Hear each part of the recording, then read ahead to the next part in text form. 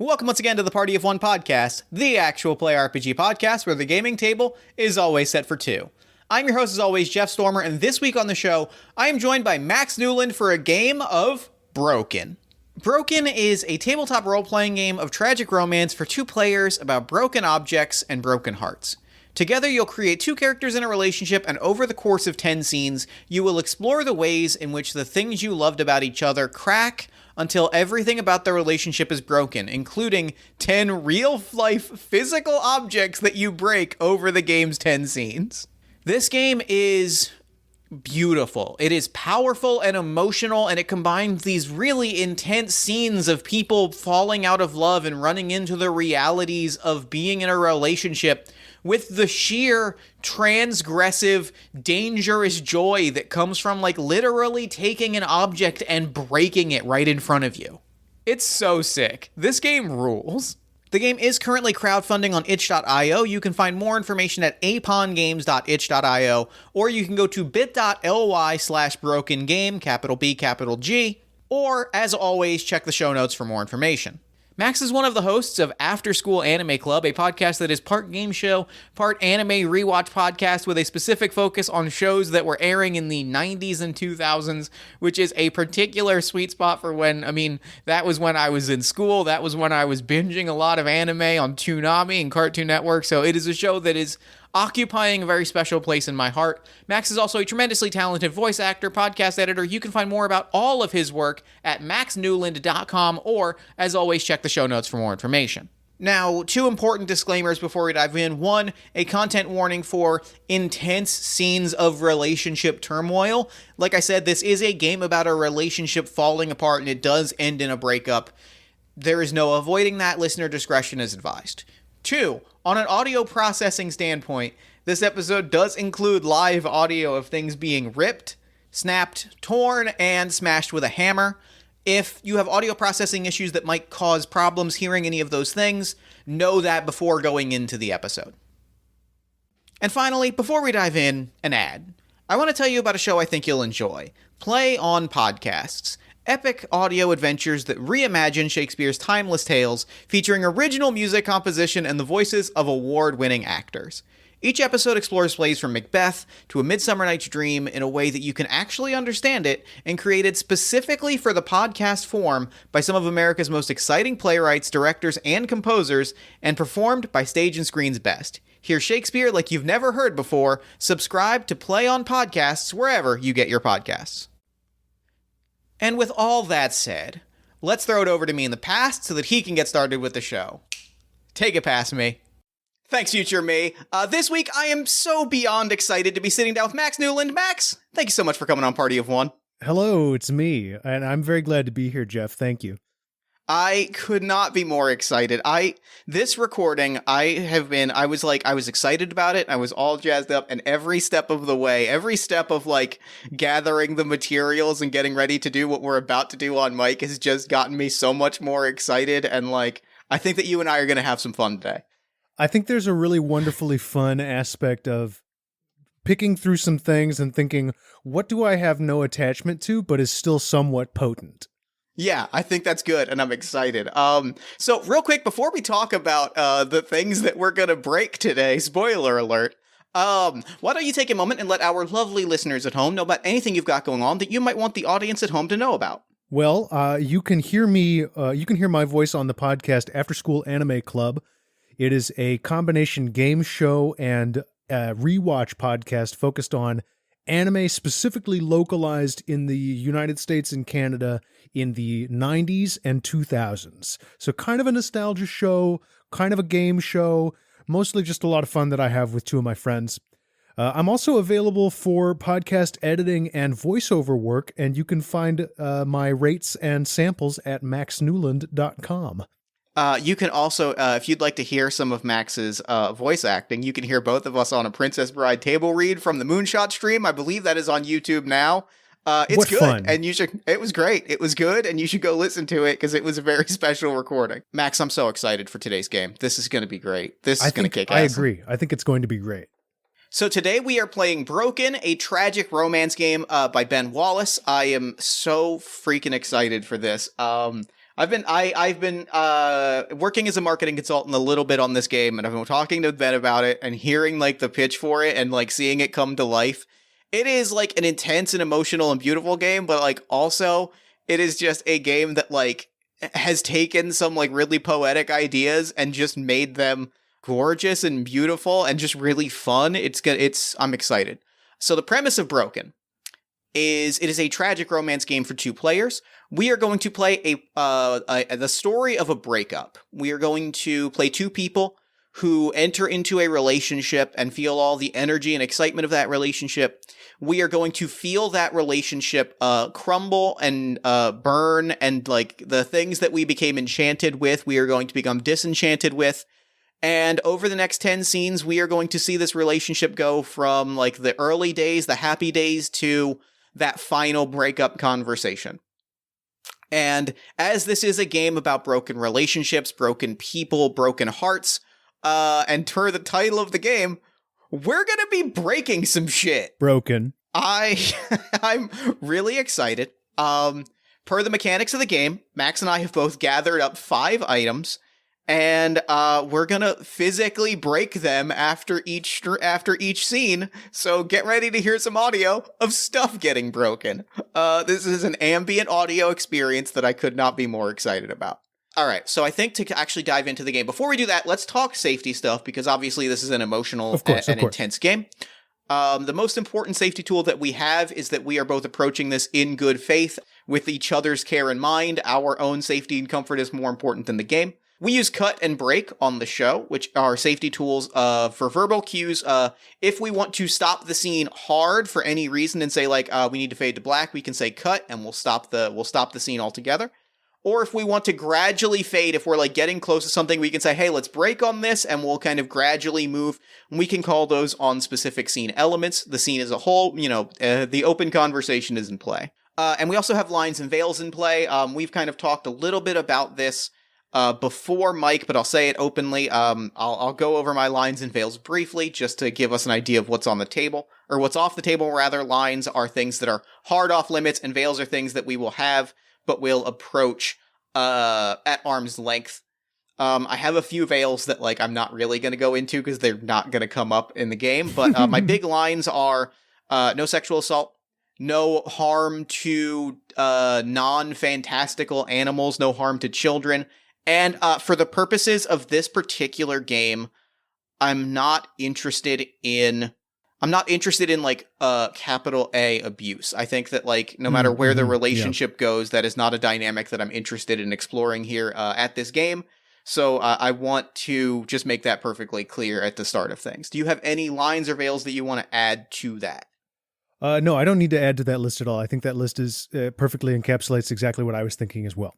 Cool. Well, then with that, let's get into the fun stuff. I think that what I'd like to do first is have us each go over, because we both gathered up 5 things that we're both comfortable breaking. I have Jen Frank, producer of the show, went on a thrift store trip to the Philly AIDS Thrift in Philadelphia and bought some random things. And I think what I'd like to do is just one by one have us each go over the 5 things, because that'll help us have our initial conversation of like who our characters are and where we are, when we are, and what kind of genre we're in. And then we can kind of start to fill out the scenes from there. So, what is the first thing? What is the first object that you have for us today that you're going to be breaking? My first object is a check for $5 that I received from Wells Fargo, in recompense for overpayment on my auto loan. I appreciate that you have physically put your money where your mouth is and placed a $5 check. I appreciate that. I'm excited for this. The first object that I have is a pair of reading glasses. They are these lovely pink reading glasses that I'm very excited to snap in half. I'm going to try them on briefly.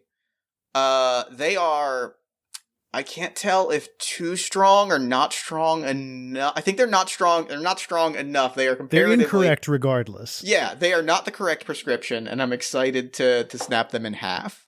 What's next? What's next for you? Well, I also have a pair of glasses, and these are also incorrect for my eyeballs. it seemed as though my vision got worse and then got better at some point in my life. So I have these and I have no use for them. That is fascinating. I'm going from least weird to most weird. I have a ceramic coffee mug that says, "Does this ring make me look engaged?" It says it on both sides, so that whether you are left-handed or right-handed, everyone on all sides knows that you have recently gotten engaged. Okay. This here is a DVD of the feature film La La Land. Which, is that the Oscar-winning film La La Land? I suppose so. I believe it technically did not win. I think wasn't that the movie where they incorrectly? That was the one where they made a mistake. Yes. Great. Well, you know what else was a mistake? Me watching this. Great, love it. I do not enjoy this film. I have a ceramic apple. I don't know what it is. It's Great.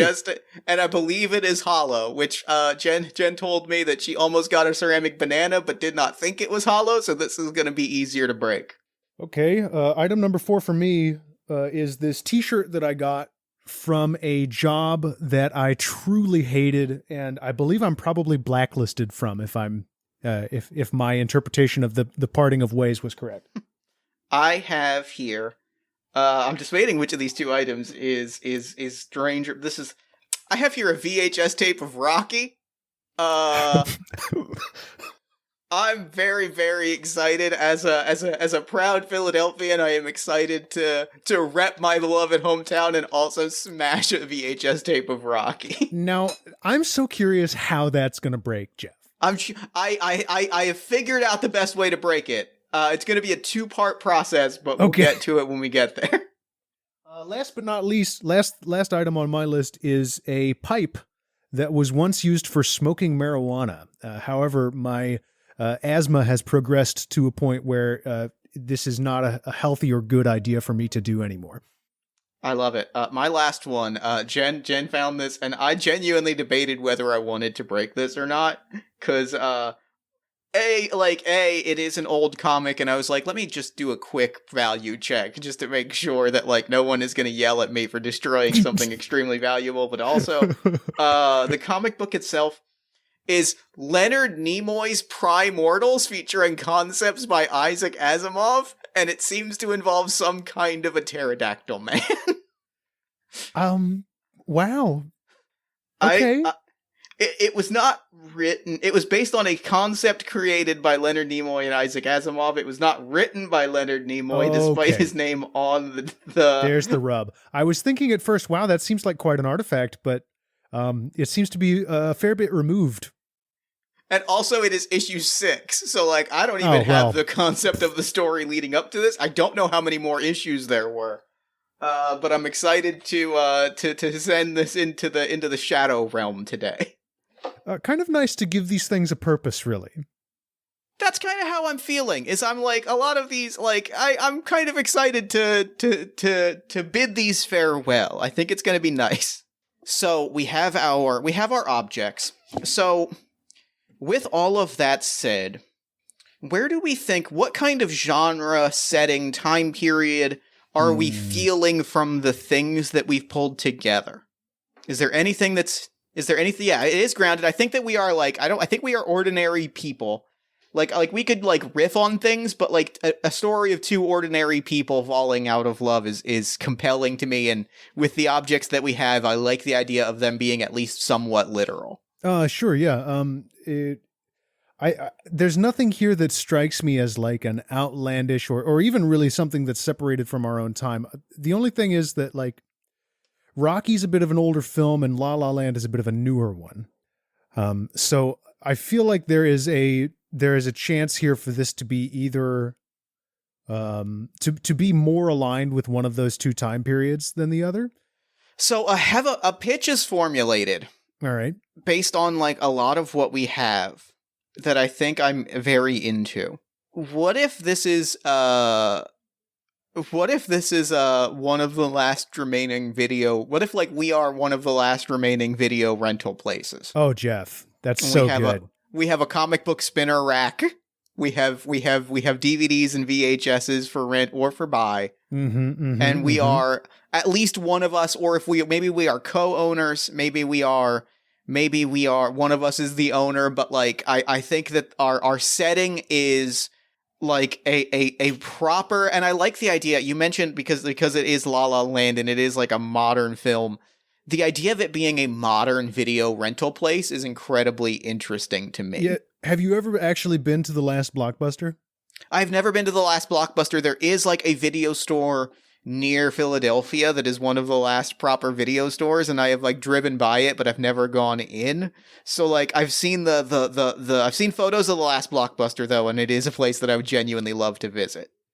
We're men of a certain age, Jeff, and I think the idea of co-owning, playing these characters as co-owners of a nearly defunct video store is really potent in a way that I love. That feels great. I'm so into that. That feels very good. Yeah. So I think that like the vibe that are we thinking big city or small town? Like what is because I think that's going to flavor like why the video store has been kept alive. My gut reaction is small town. Small town video store feels great. Simply because I've experienced big cities that have, thriving niche video store. That was kind of what I was thinking. I think it was, if we went big city, it was going to be that we were like a weird niche novelty shop, and if we went small town, it is, well, this is the video store. This is where we go for videos, and that is like kept us going. There's like a dangling by a thread element that is very compelling to that. Yes. All right, so we've got our setting. We've got a loose idea of who our characters are. But we are the co-owners of a small town. What do we want to define a city, or is it just small town anywhere USA? I'm a bit of a rambler. I've been to many places. I don't have a personal connection to anywhere. That would make this really potent. I think generic Midwest feels good, right? Yeah, like same. I think this has a John Hughesian energy to it. Of course, yes. Shermer, Illinois. Yeah, I think that we are like small town Illinois, and we are the co-owners of like a struggling video store, and that's pretty much. I think that gives us a good starting point for filling out our characters. How we're going to fill out our characters is we each have 5 index cards in front of us. We are going to define 5 things that we love about the other person across the table from us. They are our perspective on things. So that we can fill them in. They don't necessarily have to be true. We can define things about the other person, but the other person has the freedom to be like, actually, that's not really true about me. And that'll be one of the things that kind of colors. And the important thing is that over the next 10 scenes, between 5 and 10 scenes, we are going to become disenchanted with each of these 5 things. So, and this will help us kind of define who our characters are a little bit as we kind of name the things that we like, and then we can kind of give names and pronouns and like final notes as we go. But I kind of like just kind of going like, I like these things about you. Yeah. We can then decide if they're real things or a perceived thing, and then that'll kind of let us fill in the characters. Sounds great to me. I love about your character. I'm going to throw out that I perceive you as having a love for this small town. Okay. I think that one of the things that my character admires about yours is a commitment to good business sense and putting the business first. I am going to throw out, I think that I see you as having, I'm going to not write and talk at the same time. I think that I see you as having a passion for pop culture. You are someone that I perceive as lighting up, talking about movies and comics and things. Okay. Based on the mug, I'm drawing inspiration from that. I think that one of the things my character loves about yours is the sense of humor. And I like that. I like that a lot. Bad pun kind of sense of humor. I like that a lot. I think I like how chill you are. I like your wealth of knowledge and the way you demonstrate it. I love, just the first thing that popped into my head. I love what a social butterfly you are. Okay. Well, I'm just gonna go inverted from that, and I'm gonna say that my character really loves how insightful and thoughtful your character is, despite being kind of introverted. And I'm going to look at my 4 cards and try to just pick the first thing that comes also to mind. A love for the small town, a passion for pop culture, you're chill, you're a social butterfly. I think I love how much you love your car. Okay. And I love that you have big dreams. Love, that's great. Hoofa-loof. So we're done? We're good? I think that's it. Oh, this is gonna hurt, and I'm very, very excited. All right. So we've laid out what we love about the other person. Do you have thoughts on a name and pronouns? I hadn't come up with a name yet. I am gonna say I am Ted Winry, and I have he, his pronouns. Okay. I'm gonna say I'm Ryan Locklear, like the famous actor Heather, also using he, him pronouns. Love it, love it, love it. I picture Ted as an older, partially because it's a video star, partially just the traits. I think Ted is an older, like thoroughly Gen X. I think like came up in the grew up in the 80s and 90s, and like was kind of that last generation of like really people that like were raised around the video store, and so like I picture Ted as wearing a tie every day to work. That's the detail that I have, is that Ted is always wearing a tie. And boy, does that say a lot about that person as a character. Yeah, that's all I got. That's the only clothing detail that I need to throw out, frankly. Well then, by that token, I like that we didn't agree on this beforehand, listener. I like that we're building kind of an odd couple relationship here. Kind of a very Felix and Oscar kind of thing going on, because what I was starting to think of for Ryan is that he is kind of the last holdout of, or he is a younger guy who is maybe an older millennial who thinks that the early 90s was like the peak of culture. And I love that. Though he wasn't cognizant during that period, he was still a very young child.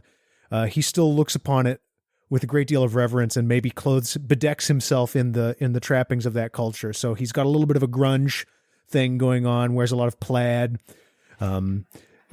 hair messy, and the beloved car is a let's say like a 92 Hyundai or something like that. Not glamorous. That's good. Not totally destroyed either. I love that. I really, really love that a lot. Okay, well then with that, we've created our characters. We've gone over safety stuff. We've laid out what we love about the other person, whether or not those things are true about the other person. Now what we're going to do is actually play out some scenes and break some shit. Hell yeah, dude. So how this is going to work, we are going to play out between 5 and 10 scenes.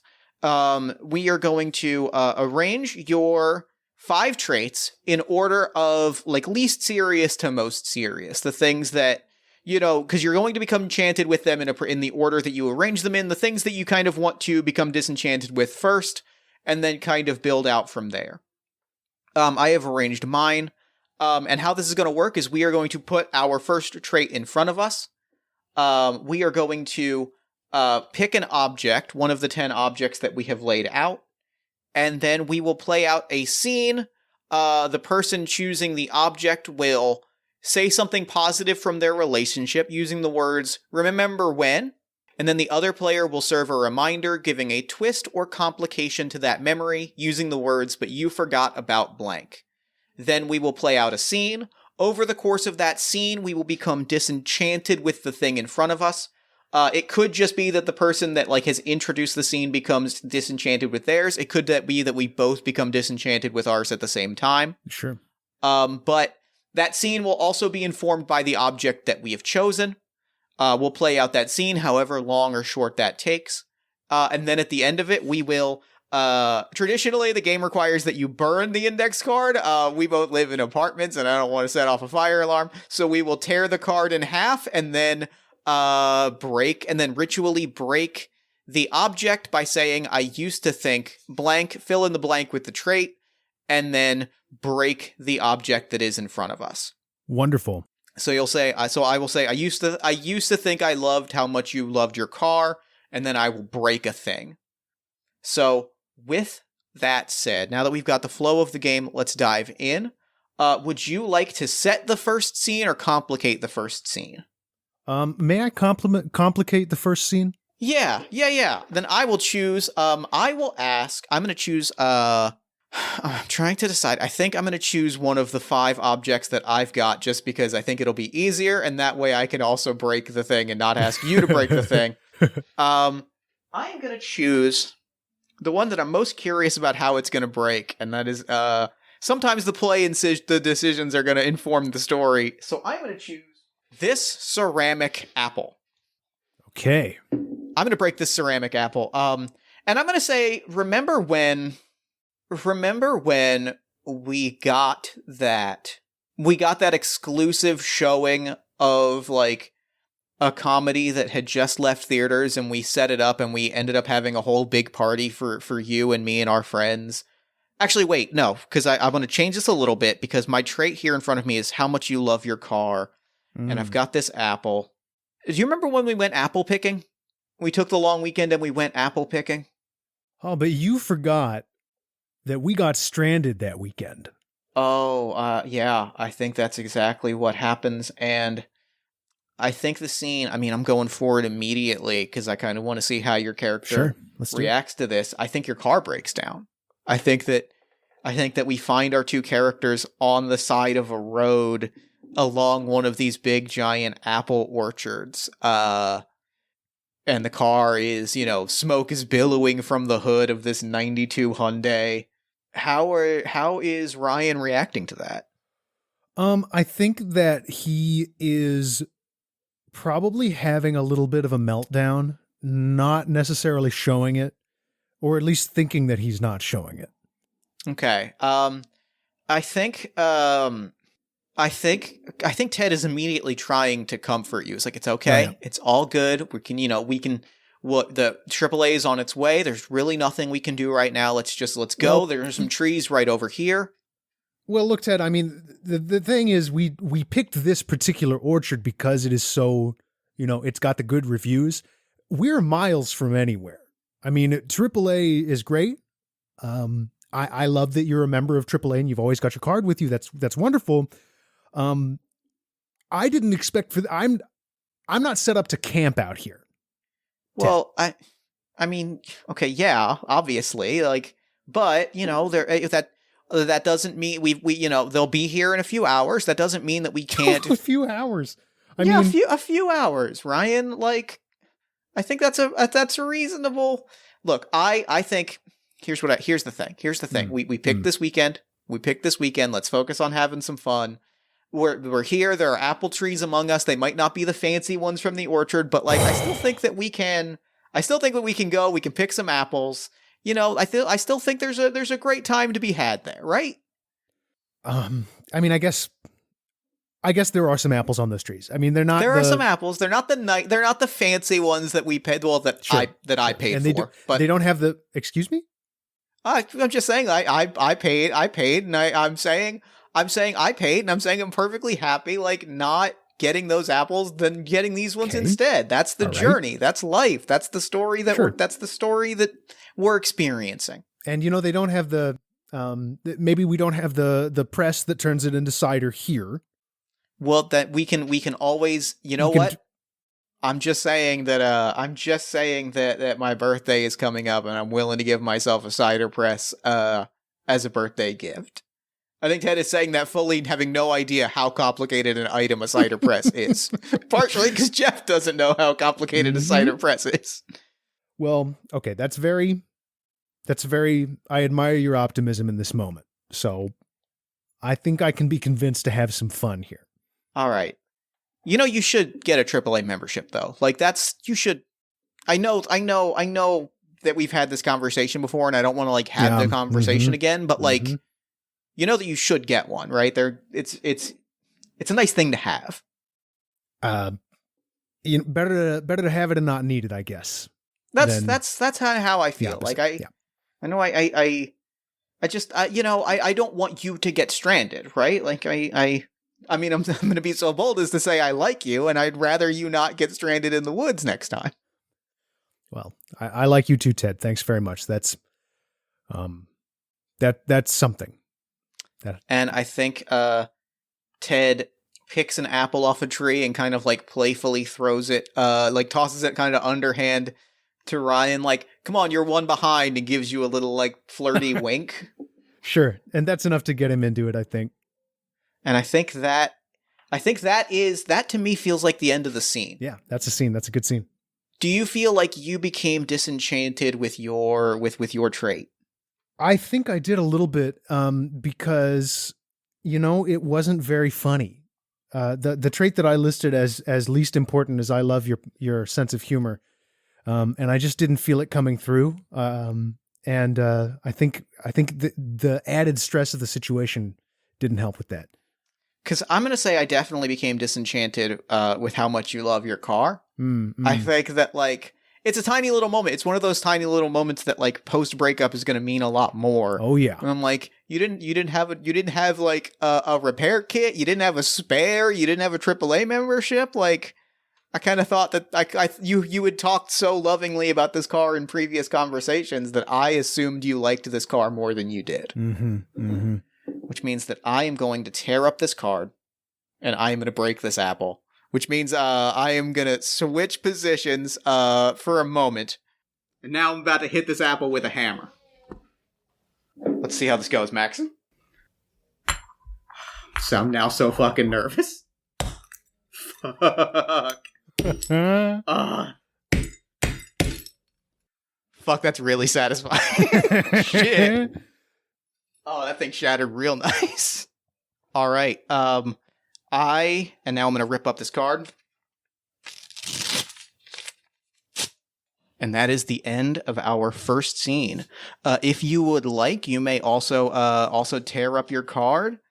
If you truly feel like it's been disenchanted. If not, we can hold on to it for our next scene. No, it's gone. All right. I love it.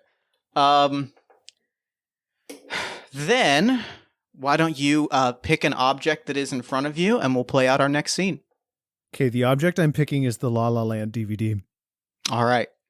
Do you remember when we had to switch a large percentage of the store's rentals from VHS to DVD? I do, but you forget we had to do that last minute. It was we had forgotten to do it, and virtually like overnight, like we had to do it virtually overnight, so it was an overnight shift. So it is like 2 a.m. in the video store. What's the first visual that comes to mind when you picture the video store? I mean, I go right to Blockbuster with the yellow walls and the shoulder high shelves, and then the big racks in the back that are like metal, and they've got the little shelves hanging off of them. Yep. I think that we have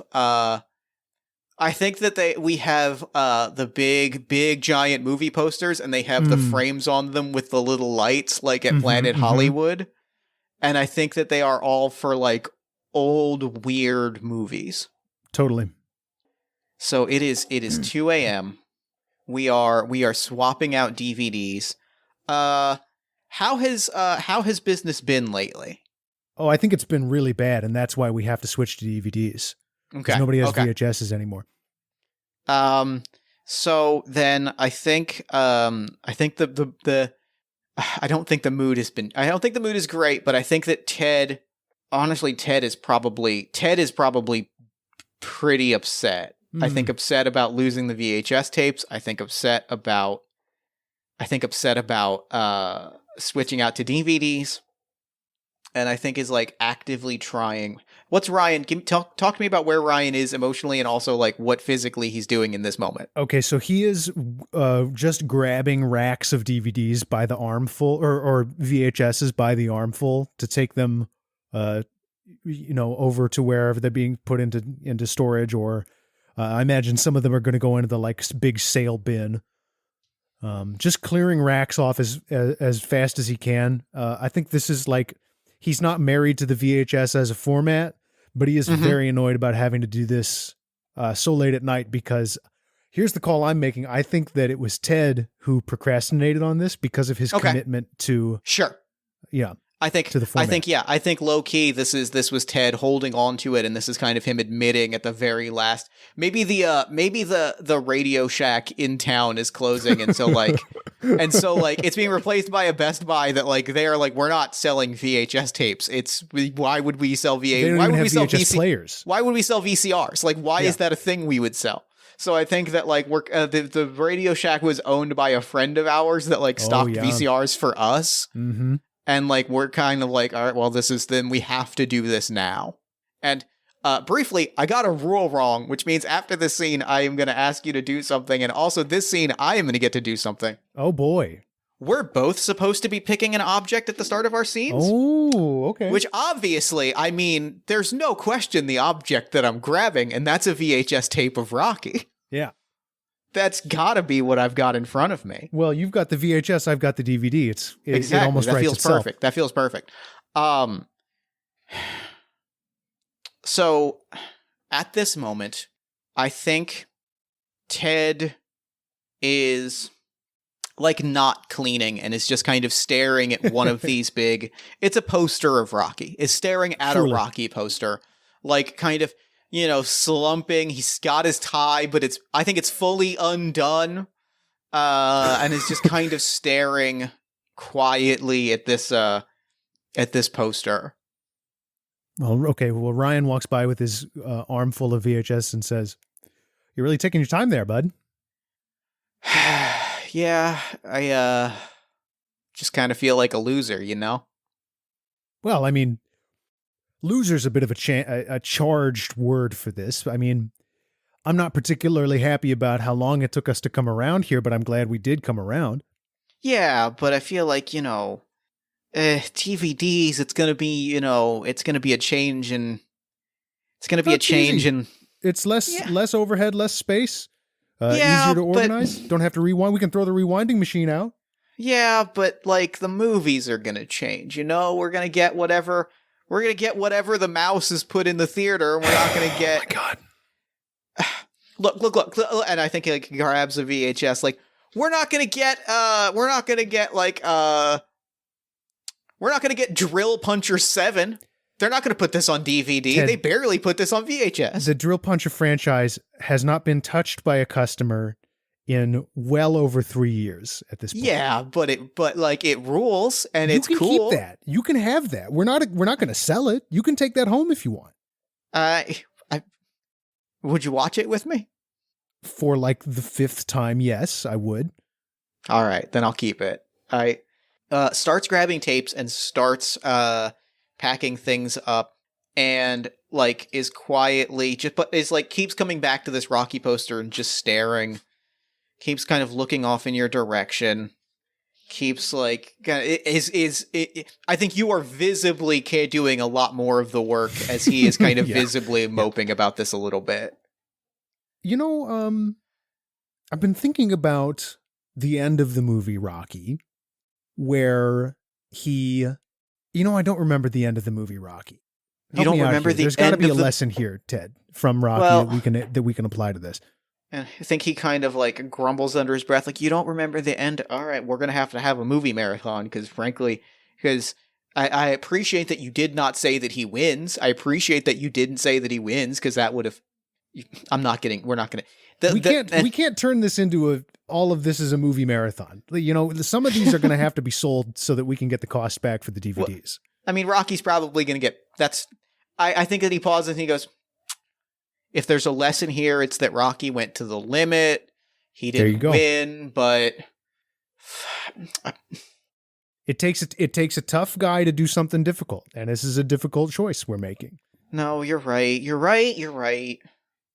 I think is now like a little more invested, but I think that we close out the scene like with him just kind of grumbling and being like, it's not a perfect resolution. Yeah, I agree. Drill Puncher's great. I wish that they made Drill Puncher 8. That was going to be good. And I think that is the end of our scene. Do you feel like you became disenchanted with my trait or with your trait? Oh, absolutely. I was using the wealth of knowledge and how you show it because I just think this is a silly thing for a smart guy to be hung up on. I love that. I really, really love that. I think Ted is, unfortunately, this is also, what I like about this is also falling out of love with the character that I created, as I slowly kind of see the terrible things about them. I think Ted is genuinely like, you didn't know the end of Rocky? He's that kind of guy. I think he's exactly that kind of guy that, like, the second that you said that was like, ew, how do you, ew? It's because I had your passion for pop culture, and I think that, so, Max, here's where I got something wrong earlier, and I need something extra from you. Okay.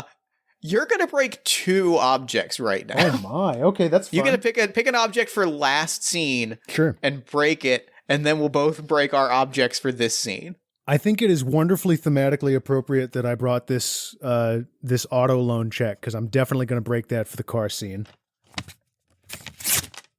And it's gone. And of course, I'm breaking the La La Land DVD. Yeah. Oh, that had a good noise. That went a lot faster than I thought it would too. I thought I was going to have to really bend that thing. All right, I'm breaking this Rocky VHS. Godspeed. Oh, that hammer did nothing.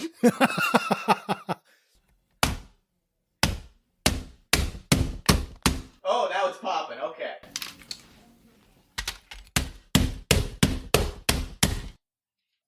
And that's half of it. That's it smashed with a hammer. And now we're going to get an extra piece of audio.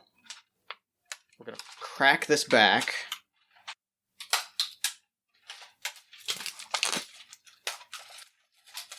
Come on. And we are just going to pull this tape. There we go. Oh, yeah. Oh, fuck, that felt good.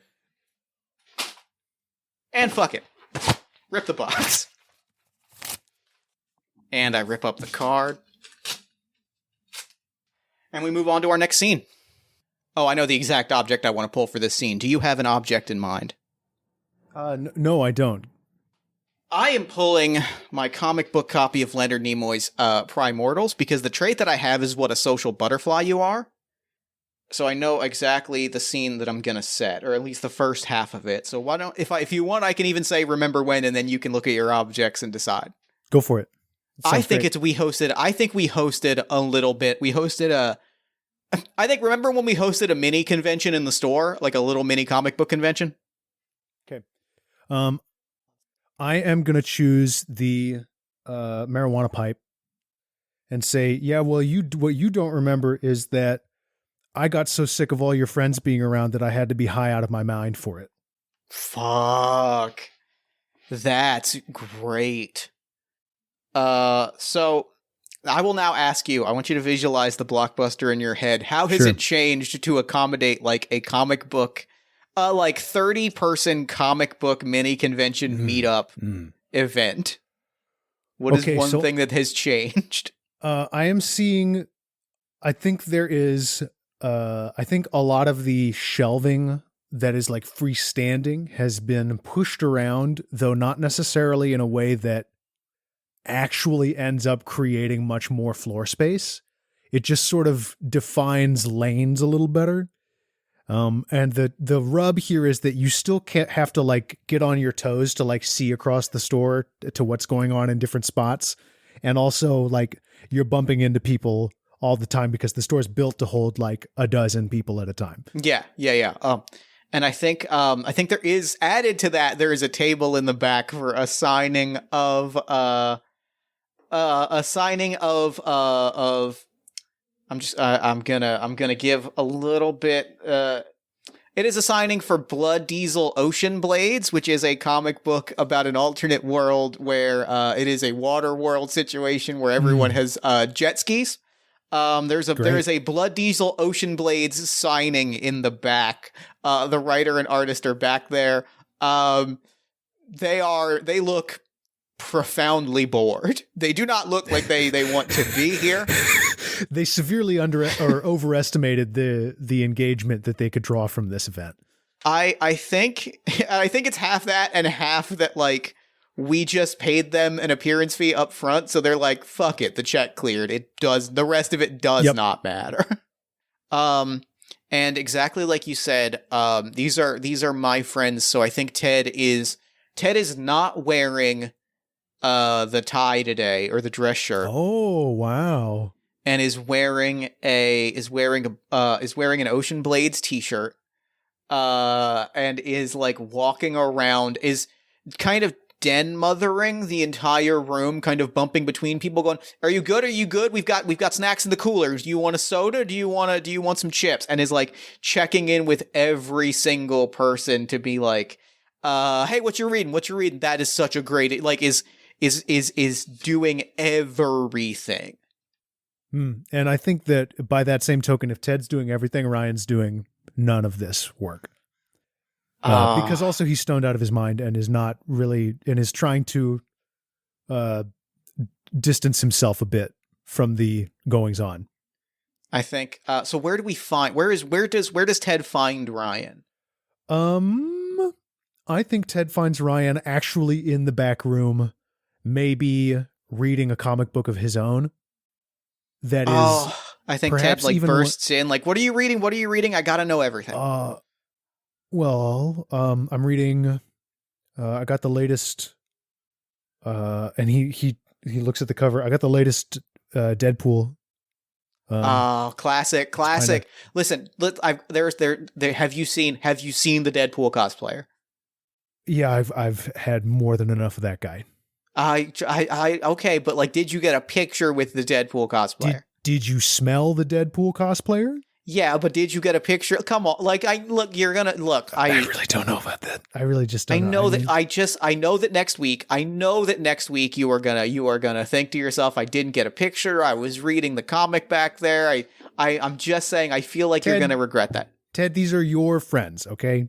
I'm really glad that you thought it would be that you wanted me to be here, and I am having fun.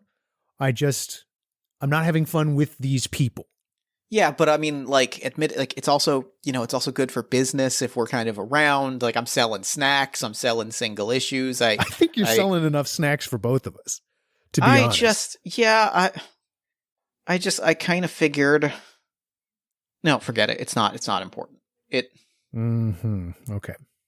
That's what you always say when it is important, but you've decided that I'm too difficult. Well, I mean, you're being I didn't want to say anything because I know you're having fun. I don't want to ruin your night.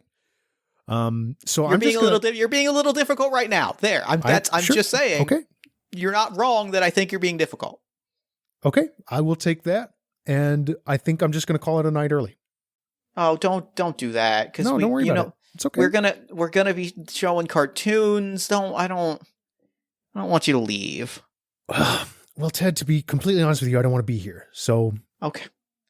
I think you were having a great time, and I don't want me to be the thing that's causing you not to have a good time. So I'm going to take my vibes, and you can have your vibes. All right. Okay. And I don't think this needs to be a whole thing. So it's already happening, but it's fine. Yeah. Okay. That's fine. All right. Okay. All right. Yeah. It's fine. No, it's goodbye. Have a great night. Do you want me to pick up takeout later?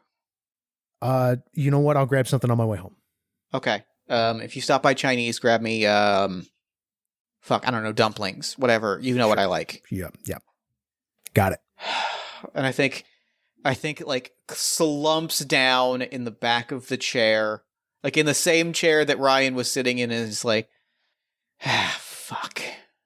All right. And like comes back out and like is now visibly like standing behind the signing table and like not quite being the same kind of checking in with everybody that he was before he had that conversation. Ooh. Damn, brutal. I definitely feel like I became disenchanted with what a social butterfly you are. Oh yeah, I mean, he was the opposite in this scene. Yeah. I don't think I've seen that side of you before. Like, I think that we've had hangouts with friends where you've been much more jovial, and I think that I just assumed that translated to any scenario, as opposed to there being scenarios where that is painfully not going to translate. Yeah, and I think that Ryan's very disenchanted with Ted's insightfulness, because he really just kind of wanted to be left alone and not be like, not have this persona seen through. So it hurt a little bit to see Ted like cutting to the core in that way. Yeah, absolutely. So I am going to tear up this card.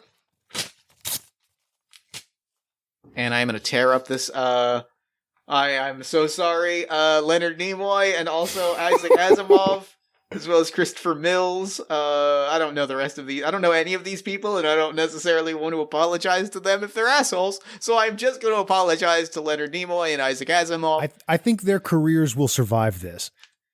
And here we go. Oh, that ripped good. Does it feel a bit wrong? A little bit. A little bit raw. Well, I used to be a very heavy marijuana user, so this is going to actually be somewhat therapeutic for me, I think.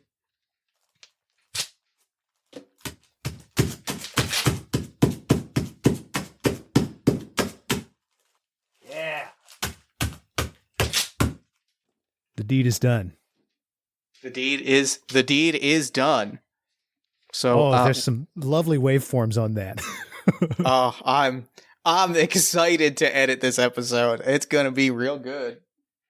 So what is your? So we each have 2 cards in front of us. Mm-hmm. What is going to happen? We've played through 3 scenes. What I'm going to do is I'm now going to I'm gonna find my phone. It's over there. So what's going to happen now is we are each going to private. Actually, I'm going to ask you to pop open Notepad. Got it.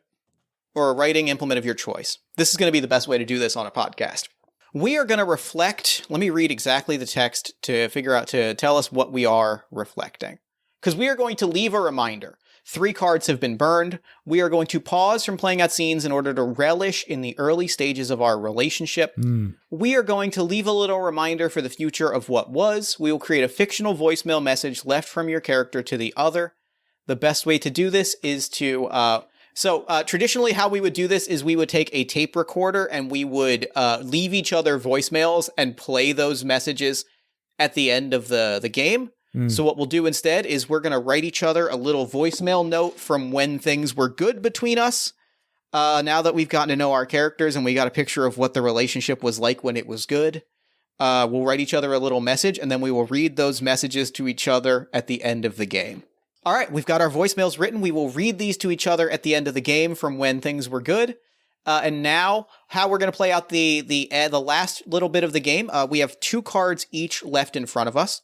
We will play out our next scene, depending on how that goes. When one of us has 1 object left. So when we're down to our final object and our final card, that is when we will have our breakup conversation. That is when we will play out our final conversation. We will become disenchanted with the last trait that is in front of us. And we will leave never to speak to each other again. It will be the end of our relationship proper. With that said, it is time for our next scene. I set the last scene, so would you like to pick an object and give us our first scene prompt? Can you remind me what you have left? I have the objects that I have left are a mug that says, "Does this ring make me look engaged?" and a pair of reading glasses. I was like, where did they go? I had them in front of me. Okay. So we have not verbally defined this relationship as one that is romantic on the show. I would like to go ahead and codify that. Okay, yeah. And I think that I'm drawing from the mug. Okay. And I'm making a hard choice here, and feel free to tell me if you don't think this is an appropriate thing for us to do. I think Ryan is a little embarrassed about embarrassed to be seen with Ted. And I don't know whether it's like a self-hating thing or whether it's just he finds Ted a little embarrassing even at the best of times as a person. But I think that he dragged his feet about about publicly acknowledging the relationship. I really love that. I think that the one like safety lever that I want to pull a little bit is like, I'd rather it be more of an interpersonal thing and less of a self-hating homophobia thing. Like Okay, I'd rather it be rooted just in Ted is kind of an awkward dork and less in a societal kind of sense. Okay, that makes perfect sense to me anyway. But with the mug, I feel like Ted is being especially loud and ostentatious with, "Hey, we're engaged." Yeah. I also I want to throw out the detail that we've been engaged for like a decently long while. Sure, it's a long because engagement. I think that the tensions of like, when are we going to pull the trigger, are in the air. Okay. Maybe even tying into so I guess what do you want the first prompt to be? Because I think there's something that maybe I want to pitch related to the card that's in front of me. Okay. If we're talking the card, go ahead. Yeah, let me hear your pitch. The card that's in front of me is how chill you are. Okay. So I think that like it doesn't necessarily have to be like the active setting of the scene, but I think nothing reveals how chill or unchill someone is quite like wedding planning season. Okay. Do you remember when we tried to hire a wedding planner? But you forget that you blew up at the wedding planner. Okay. Yeah, I think we're in the aftermath of that. Yeah, I think that we are in the car. The Hyundai has been repaired. Okay. I don't think Ted has a car. I think I just flat out don't have a car. Cool with that? I think we're in the Hyundai. Do you think this wedding planner was local, or did we have to drive for them? Local. So then I think that where we are is sitting, because if it was a ways, we would have been driving down the highway silently. Yes. I think local, we are sitting in the parking lot. Yep. Because it is like a 4-minute drive back. Mm-hmm. And this is probably someone they know also. Oh yeah. This is a friend of a friend. This is somebody that like, it's a small enough town that like they shop at the store. Oh jeez. So I'm sorry. I appreciate that. Thank you. I guess I'll say that. I've got a lot on my mind right now. Believe me, I get it. I completely understand. Sure, it is. I mean, there's a reason that we want the wedding planner, right? It's because this is a lot. We know that. I just think that, right now the store is in kind of a bad place. We just made the switch over to digital. It's the convention was not a big success. I know this, you know this. So, there's a lot going on that I don't think we've considered fully. I know that. I know. But there's a but. Yes, of course. I knew there's a but. Well, yeah, because it is our wedding. I don't understand why it has to be. I mean, I'm treading old ground here. We've had this conversation before, but really, I'm thinking, there's a time and a place for something that requires this much planning, right? And two guys who run a video store in Shermer, Illinois. And I know that, like, I think, like, starts to tear up a little bit, like, yeah, but, like, when am I going to have that moment otherwise? We're two guys that run a video store in Shermer, Illinois. Like, everything else in my life has been Shermer, Illinois. Okay, that's not fair, because you are a smart guy and you can go anywhere you want. And you have the business sense that I know that you could succeed at this no matter where you were.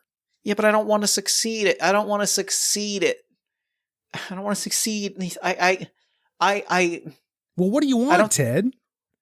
I want to feel like a prince for one night. Like, I like being here. I would like a night where, we get to feel glitzy and glamoury. Like, I don't want to leave, but I do want to, jazz it up a little. Well, What if I do want to leave?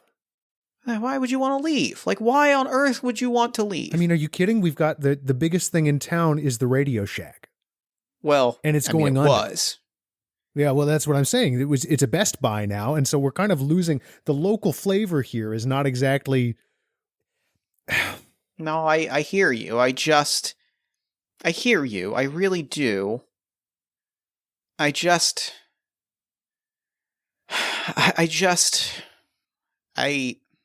know. I really thought you really don't want to hang around. Like, you really, do you, like, hold on. I need to ask you, I'm so sorry I need to ask you this.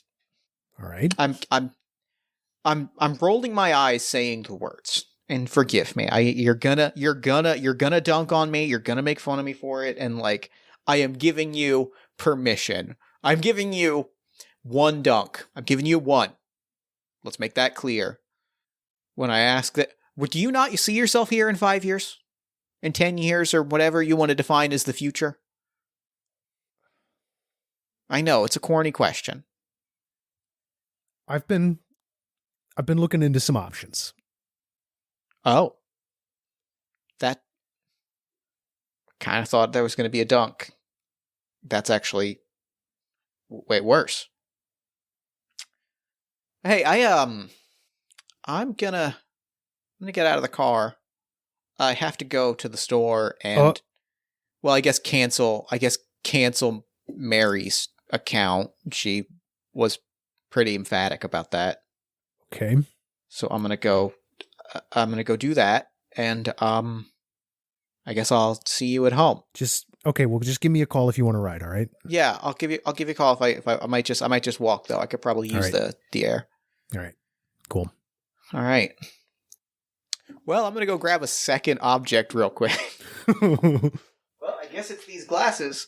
I'm going to throw in the added detail of Gary wears glasses sometimes, but they're sitting on your dashboard, and like, you know that he needs them to like fiddle with the machines, especially like account stuff. And they are sitting on your dashboard, and he has like left them, and you're like, well, he's not going to go update like an account because he can't even do it without his glasses. Because fuck, you destroyed both of these cards because I had how chill you are, but also your love for this small town. Yeah. So I'm gonna rip. I guess I'm breaking two things right now, and I guess I'm ripping both of these up. Well, I'm gonna rip up. I love that you have big dreams, because it seems like Ted's a little bit more of a simple man. Here we go. Let's break some glasses. Oh, these glasses are like super plastic. I really thought they were gonna snap. Oh my god, I really thought these glasses were gonna snap. There we go. All right, they've at least folded. There we go. I'll break the glasses I brought too for thematic duality. One good whack with the hammer. Nothing. These are unbreakable glasses. I'm freaked out at how strong and durable these glasses are. I guess that's a selling point if you're using them for the actual thing. Look, if you need glasses, I don't know the brand of these because they're not on the frames, but these glasses are great. There we go. I can at least pop out the lenses for full. They're now fully unusable. That'll have to do. And now, well, fuck, I gotta smash this mug.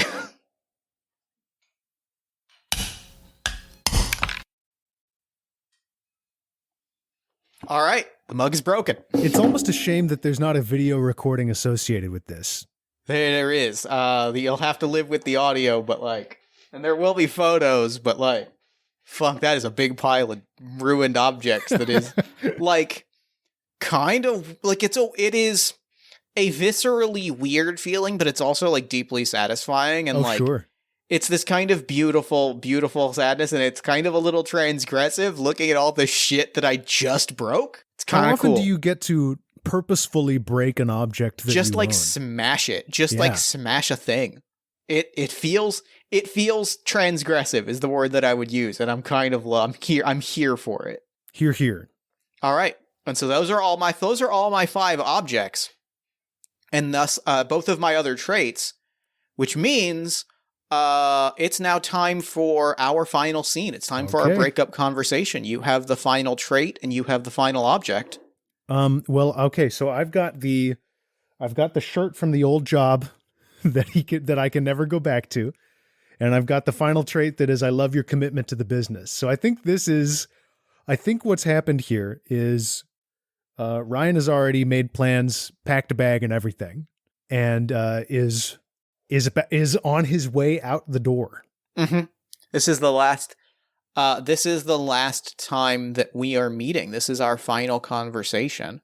I think maybe this is then Ryan giving his copy of the keys to the store back to Ted. And to immediately, I think to throw gas on the fire immediately, as you arrive, I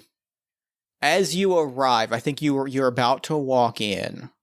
There is like somebody walking next to you, and they have a sign for Video World or whatever, like the last kind of remaining chain is. Maybe it's a maybe it's a Blockbuster sign. Maybe it's for peak ominous, like it's not going to get better. Like they're bringing in a Blockbuster sign. And like you pass by them as I'm standing behind the register, like waiting, and like I did not think that you were going to show up at the same time. Okay. So Ted walks in, hears the dingle of the door, and passes the Blockbuster employee on the way out. I mean, I was only coming by to drop off my keys. And I want to keep this, I don't know. This is hard. I want to keep this short. But are you selling this place? Selling, no. Franchising, yes. Look, it's not my business anymore. You were right. No, after we had the talk, you said what you said about the business, and we were in the car. I listened. This is going to be an infusion of revenue it's going to help, I think. Probably. Who can say? Well, I mean, I was never that big of a help around the store, so you were the only reason I mean, we would have closed and not franchised. Come on, that's really not fair. No, I'm say that right now. I'm not trying to say that for a purpose. I'm trying to say that because this is the talk. Like this is the talk. The talk. Yeah, the one I've always kind of tried to avoid. And like it's a little unfair of me to be having the talk with you at this moment when you're handing off the keys. Like I see that. I know that that's fucked up, and I need to note that. But like, yeah, just I don't know, hang it. Where the fuck they hang it? Where every Blockbuster. Sorry, it. Yeah, like I know, but like, I would feel like a real horse's ass if I let you walk out and didn't at least say that. And I would feel like a real horse's ass if I walked out of here and I didn't say that I really think you have what it takes to do this on your own. And I literally would not be doing this if I didn't feel that way. Yeah. Because as much as this got difficult on the personal side, it's the best job I've ever had. And I know that must be cold comfort given the circumstances. But I think that even though this wasn't right for me, there is a specialness to this place that I trust you to uphold. I appreciate hearing that. I hope that the name change is going to help. Who knows if it will? I know I'm not going to like it as much not having you around. I enjoyed being engaged to you. Like that's I don't know. Is that I don't. You got to forgive me. I've never had this conversation before. As much as it's hard to know what to say to something like that. I'm not angry. I'm not upset, but it's hard to know what to say in this conversation. I mean, generally, yeah, which is a shame because it never used to be that hard. Yeah, no, it really didn't. All right, well, here I'm going to put everything aside. We're going to put the personal stuff aside, and I'm going to say you're going to do great. And I'm going to say the same thing to you. And I really believe that. And as a parting gift to a great employee, I got you. I've got something for you. Come on. This is strictly employee to boss. And I think he hands you like it's a plastic bag. It's not glamorous. It is 7 VHS tapes. And what am I supposed to watch these on, Ted? I don't know. Fucking Oh my god, Are you really trying to grift me in our final conversation? I'm sorry. I just thought it would be. I thought it would lighten things up a little bit. I recognize it. I'm sorry. You have my VCR. You know that. I'm letting you. I was going to just tastefully let you have it in your boxes, and then you would have the VHSs, and you'd go, I'm looking for something to watch. Maybe something bloody and violent, but also like epic and cool, and like, you know, like the kind of movie you're not supposed to be allowed to watch. And you're gonna be like, oh, a drill puncher, and then you're gonna look, and you're gonna have all the movies, and you're gonna have a VCR. That was all part of the plan, Ryan. Fuck. Anyway, I gave you the VCR and also all the tapes. Well, thank you. It's fine. No, really, I mean it. Thank you. And enjoy For them. real. Give them a good home. We'll always have Drill Puncher 7. Drill Puncher 7. I gotta go make sure these guys don't fuck up the store. If there's no one better for that particular job than you, Ted Winry. All right. Well, Ryan Locklear, like the actress, go do whatever you got to do. You're fired. That's all I needed. That's all I ever wanted to hear from you, Ted. Get out of here. Hey, that is an original print poster of Rambo. Do not fuck that up. He means that. Don't mess with the Rambo poster. I fired the last guy that fucked with it.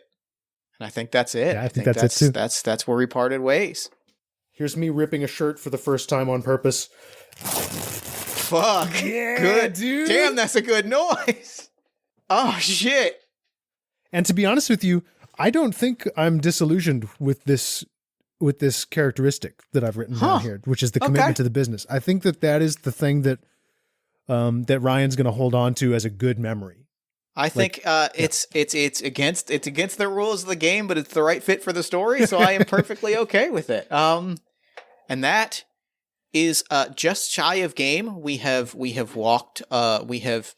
ended our relationship. The very last thing we are going to do is play each other some voicemails. Would you like to read your voicemail to me, or would you like me to go first? I'll go ahead. Go for it. Hey, big guy. Picked up the rewind machine from Casey at the world's last Radio Shack. She said don't worry about the fee right now because she knows you're good for it. Thanks for covering for me, by the way. I'll pick up dumplings on the way home. See you soon. Fuck. All right, I'll read mine. Hey, babe, running a few minutes late for the movie. If you come by to pick me up, just head inside. I hope you're excited. Gary at the theater was so pumped when he found a print of Drill Puncher 4. I think we're going to have a great time. I'm thinking Thai for dinner. Are you cool with that? My treat? Let me know. Also good with pizza or whatever. Love ya. Fuck. What a cool game, Jeff. This game's beautiful. I'm blown away by what a good experience this was. Listener, I don't know if this is coming through. I was pretty nervous, to be completely honest with you, going into this, because the secret I'll let you in on, listener, is that Jeff and I don't really know each other super well. This is like the longest conversation we've ever had. Easily the longest conversation we've had. And so the idea of jumping headfirst into a game about ending a relationship with someone who I don't know very well, I knew I was in good hands. I guess I didn't know how good of hands I was in. Well, it was a pleasure. This was beautiful. Let's do a little bit of a post-game debrief. How are we feeling? You feeling good? I'm feeling great. I had a ton of fun with that. And I think very emotional, but I feel good. There's something perverse about having so much fun playing a game that is illustrative of what could end up being the worst moments in a person's life. Yeah, there's kind of it feels very similar to smashing an engagement wedding mug with a hammer. Yeah. Like there's a perverse fun even though you know you're doing something icky. It feels like I'm getting away with something. It feels a little bit messy but kind of kicks ass. I will ask highlight of the game. I think the most fun thing for me was when the actual ending scene ended up being a lot warmer and more hopeful than I thought it was going to be when we first started playing. And I like that we created characters who didn't like blow up at each other. That felt really nice. It kind of felt like we watched kind of their relationship crumble, but like it never felt, it felt, that kind of made it hurt more in a way like was really cathartic, was like, we were both people that were genuinely trying our best. I think the scene in the car was fuck. Boy, that was tough. That was tough. That was literally intense. difficult to role play, as well as being like emotionally difficult. That was brutal. Also, fucking, I feel like a broken record, but like smashing things with a hammer, fucking rules. What a lovely match between a physical action that feels good and cathartic, and a like emotional interpersonal action that feels very strained and difficult. Mm-hmm. I'm going to read a quote from the back of the game book because I love one of the quotes about the game. It comes from Alex Roberts, friend of the show, creator of Starcross and For the Queen. Stories about romance ought to be visceral, tangible, and embodied, especially when they are about the finality of loss. Also, breaking stuff feels good.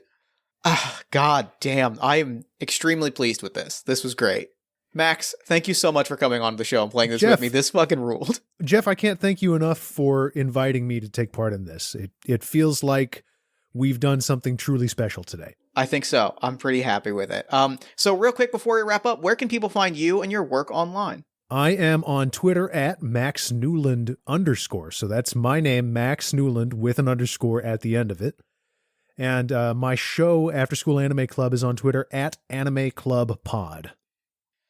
Whew, I am feeling good. I am happy with this recording, Max. Thank you again for doing this. This kicked ass.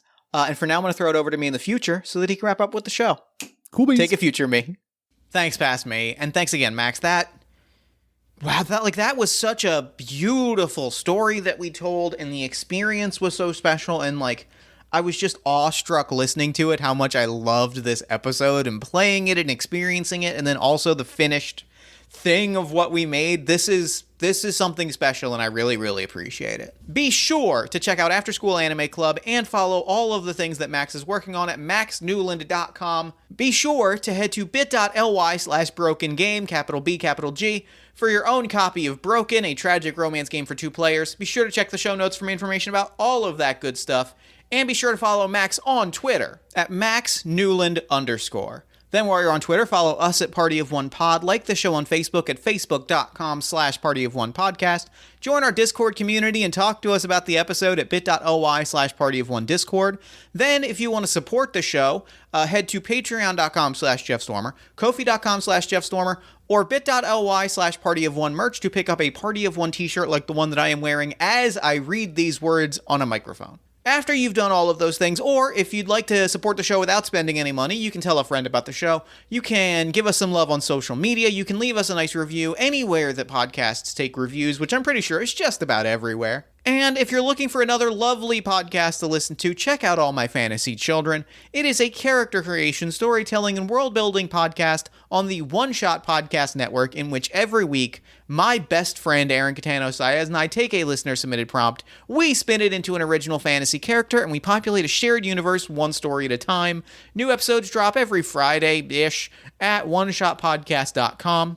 Party of One is produced and edited, as always, by Jeff Stormer and Jen Frank. All music for the show comes from the song Infinite Lives by Megaran featuring the D&D Sluggers, and the Party of One logo is by Evan Rowland. If you'd like to inquire about advertising rates, coming onto the show as a guest, or about press coverage of the show, email me at partyofonepodcast@gmail.com.